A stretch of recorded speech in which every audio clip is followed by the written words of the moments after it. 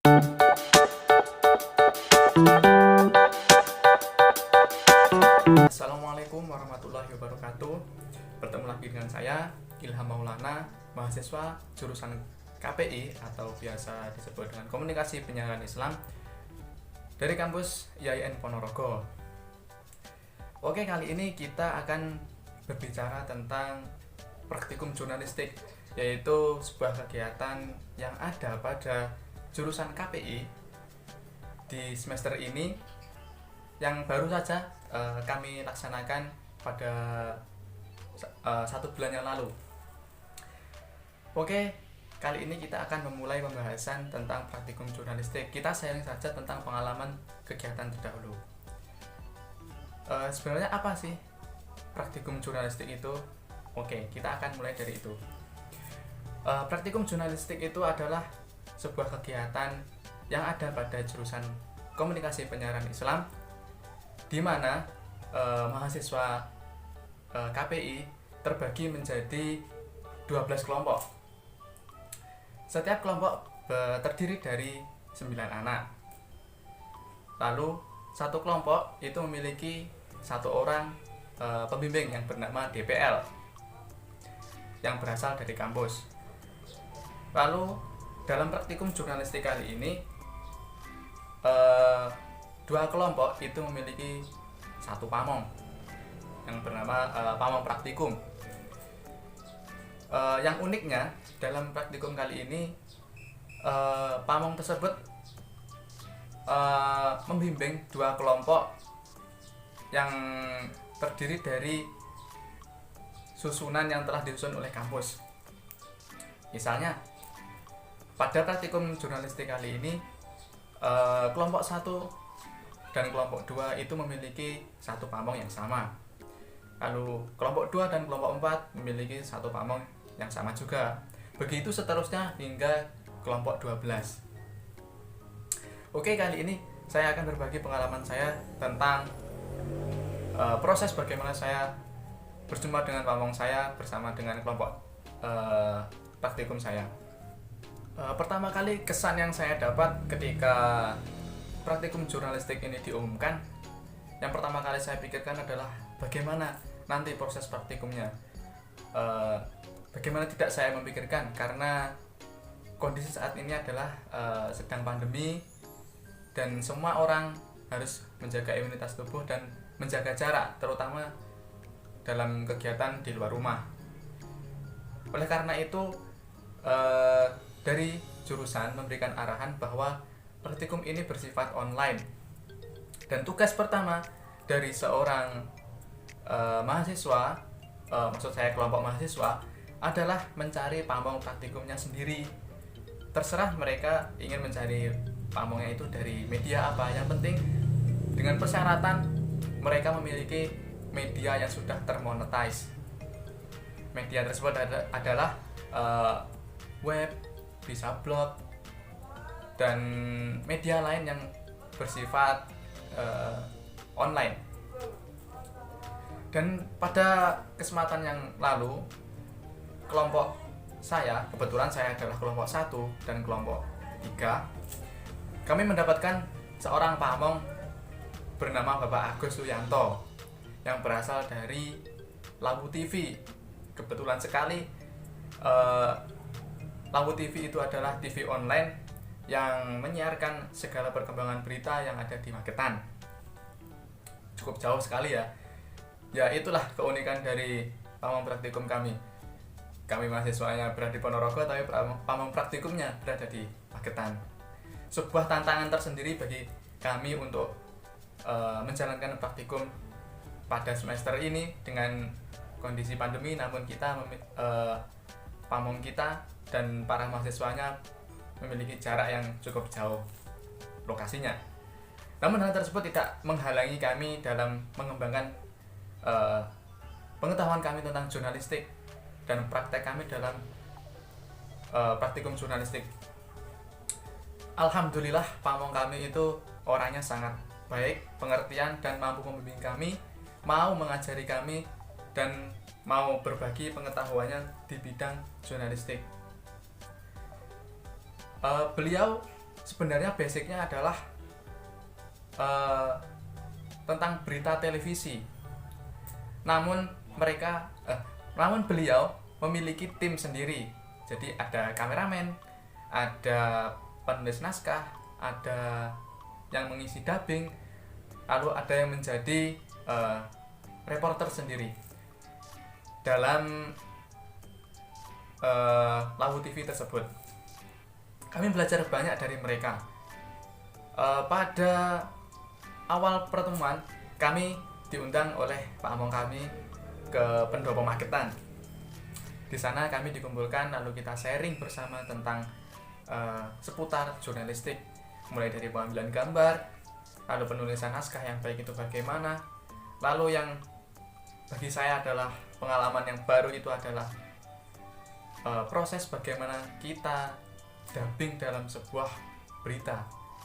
Ternyata dalam dubbing itu intonasi, nada yang kita gunakan dalam membacakan sebuah naskah itu sangat berpengaruh dalam pemahaman pemirsa atau penikmat berita tersebut dalam mendengarkan berita yang kita sampaikan. Di situ kami diajari oleh salah satu tim dari Bapak Agus Soyanto yang berasal dari radio RRI di Madiun. Beliau mengajarkan bagaimana intonasi, di mana harus naik, di mana harus turun, di mana harus jeda, dan di mana harus berhenti. Itu adalah pengalaman baru bagi saya. Selepas tersebut kami melanjutkan praktikum kami dengan mencari berita kami secara masing-masing. Karena pandemi, jadi kita mencari berita tidak bisa secara berkelompok, namun secara individu dan di daerah masing-masing. Ketentuan dari kampus, setiap mahasiswa itu minimal mendapatkan 5 buah berita dalam satu periode praktikum yang dimulai pada tanggal 1 April hingga 15 Mei. Jadi minimal satu mahasiswa itu 5 berita yang harus diupload ke dalam web yang telah dibuat oleh kelompok masing-masing. Web untuk kelompok 1 atau kelompok saya itu bernama Halo KPI. Namanya emang biasa saja, tapi jangan dilihat namanya saja, tapi silahkan dibuka berita ulasan kami yang ada di dalamnya. Ya, memang kami masih belajar dan bisa dijadikan pengalaman dalam mencari sebuah berita. Lalu memasuki bulan puasa, kami tetap melakukan praktikum. Pada suatu ketika, pamong kami mengajak kami ke Magetan kembali untuk praktikum. Di sana kami meliput sebuah berita tentang peresmian sebuah tempat wisata sekaligus buka bersama dengan anak yatim piatu. Di sana kami belajar tentang bagaimana berhubungan sosial dengan warga masyarakat yang berada di lokasi tempat kita meliput sebuah berita. Lalu pada suatu ketika kami juga mendapatkan arahan dari pamong praktikum kami, yaitu Pak Agus Soyanto, untuk meliput tentang pasar Ramadan di tempat kami masing-masing. Apa itu pasar Ramadan? Pasar Ramadan ini adalah sebuah terobosan terbaru dari pemerintah Kabupaten Ponorogo yang digalakan kepada seluruh PKK yang ada di Kabupaten Ponorogo untuk menaikkan UKM atau usaha kecil mikro. Oleh karena itu kami tertarik untuk meliput berita tersebut. Pada pengalaman saya telah meliput berita yang ada di Tegalsari, yaitu pasar Ramadan yang ada di Tegalsari. Di sana setelah saya liput, memiliki antusias yang sangat bagus sekali oleh masyarakatnya tentang bagaimana mengembangkan ekonomi mereka dengan melalui cara pasar Ramadan tersebut. Pasar Ramadan tersebut didominasi oleh ibu-ibu PKK dan anak-anak muda perempuan yang ada di desa tersebut. Selanjutnya adalah tentang pengalaman kami mencari berita secara individu. pengalaman saya sendiri dalam mencari berita secara individu, saya terutama dalam mendapatkan 5 berita tadi. Pertama, saya mencari berita yang simpel saja atau yang berita yang mudah didapat sebagai pengalaman yang pertama. Mulai dari berita tentang mie ayam atau usaha mie ayam yang ada di daerah dekat saya yang laris sekali setelah bulan Ramadan selesai atau tepatnya pada Lebaran. Memang pada umumnya tempat makanan pada setelah Lebaran itu ramai-ramainya. Oleh karena itu saya tertarik untuk meliput hal tersebut.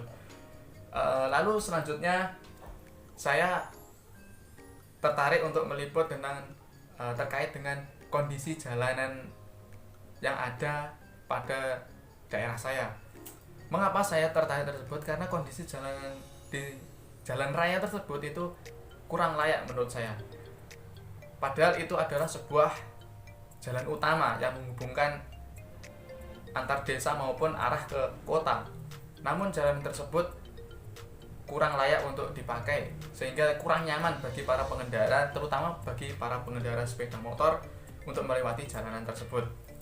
Lalu berita yang ketiga yang saya ambil adalah tentang penyekatan jalan yang terjadi pada hari Lebaran, dan itu yang saya ambil adalah di tempat perbatasan Ponorogo dan Madiun. Karena setelah dengan informasi yang saya peroleh, ternyata di situ juga terdapat penyekatan jalan. Namun saya liput di situ ternyata sudah dibuka pada Lebaran ketiga. Lalu tempat selanjutnya yang saya ambil adalah alun-alun kota Ponorogo, kota kita tercinta. Alun-alun tersebut menjadi salah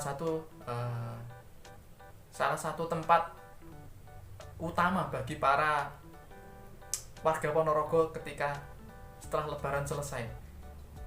Tahun-tahun sebelum pandemi itu alun-alun Ponorogo pasti sangat populer dengan pasar malamnya. Oleh karena itu, sekarang dengan keadaan pandemi, saya tertarik bagaimana keadaan pasar malam Ponorogo, pasar malam di alun-alun Ponorogo setelah Lebaran di masa pandemi. Setelah saya liput, ternyata di sana tetap ramai sekali oleh pengunjung, baik di taman maupun di lapangan alun-alun.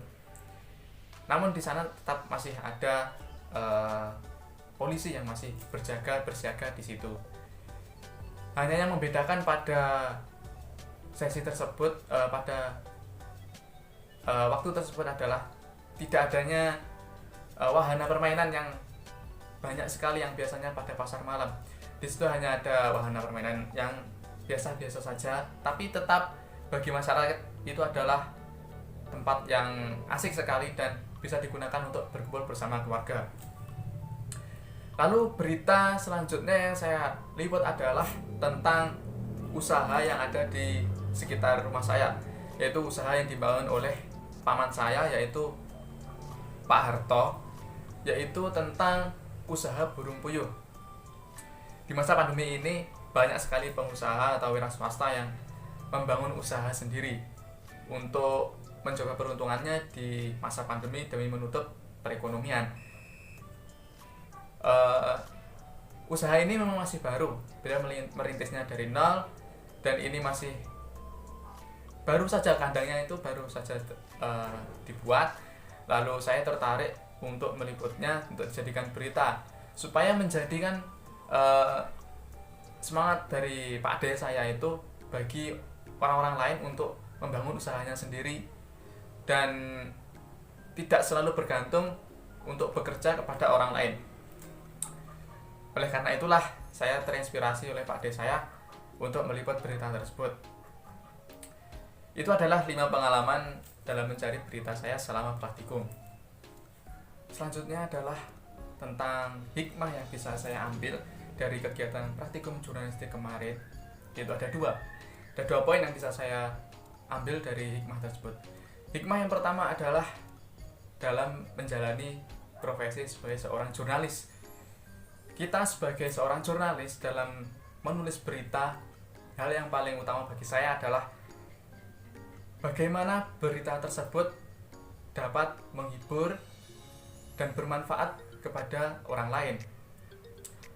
tentang bagaimana berita yang kita tulis itu dapat mendorong hati seseorang untuk membantu orang yang lainnya, bukan sebagai menjatuhkan orang yang lain. Misalnya ada seseorang yang memiliki kekurangan atau membutuhkan sebuah bantuan atau keterbatasan, kita ulas dalam sebuah berita, kita rangkum dalam sebuah berita, lalu kita unggah ke media dengan tulisan yang sudah kita susun dengan baik. Kita harapkan berita tersebut mengunggah hati semua orang agar orang-orang itu bisa mengambil hikmah dari berita yang kita ambil. Syukur-syukur mereka bisa membantu orang yang kita unggah berita tersebut. Misalnya ada seorang anak kecil yang ingin bertemu dengan idolanya. Kita liput dia, kita wawancara dia, mengapa dia ingin bertemu dengan idolanya, tujuannya apa, motivasinya apa, terus idolanya itu baginya itu seperti inspirasi seperti apa, mengapa dia mengidolakan dia. Kita lipat menjadi sebuah berita, kita kemas dengan baik dengan susunan naskah yang sudah kita susun dengan baik. Siapa tahu idola yang diidolakan oleh anak tersebut membaca berita yang kita tulis dan dia mau menemui anak tersebut. Itu adalah salah satu contoh kita bisa membantu orang lain melalui berita. Lalu hikmah yang kedua dalam menjalani praktikum jurnalistik kemarin adalah tentang kerjasama tim. Kerjasama tim itu sangatlah dibutuhkan dalam sebuah kelompok. Meskipun praktikum kami yang dilakukan kemarin itu secara individu atau online, namun tetap saja yang namanya kelompok itu tetap ada kerjasama tim. Dalam menyatukan 9 kepala dalam satu kelompok itu sangatlah susah. Apalagi sebelumnya kami masih belum saling mengenal dengan baik karena 9 anak tersebut berbeda kelas. Oleh karena itu pengalaman bagi saya adalah tentang bagaimana menyatukan 9 kepala menjadi satu pemikiran yang sama dan kompak dalam menjalankan praktikum jurnalistik kemarin. Itu adalah pengalaman berharga bagi saya. Ya, itu saja yang bisa saya bagikan pada vlog kali ini. Mudah-mudahan teman-teman bisa mengambil hikmah dari vlog saya kali ini. Syukur-syukur ada manfaatnya. Kurang lebihnya mohon maaf. Billahi taufiq wal hidayah. Wassalamualaikum warahmatullahi wabarakatuh.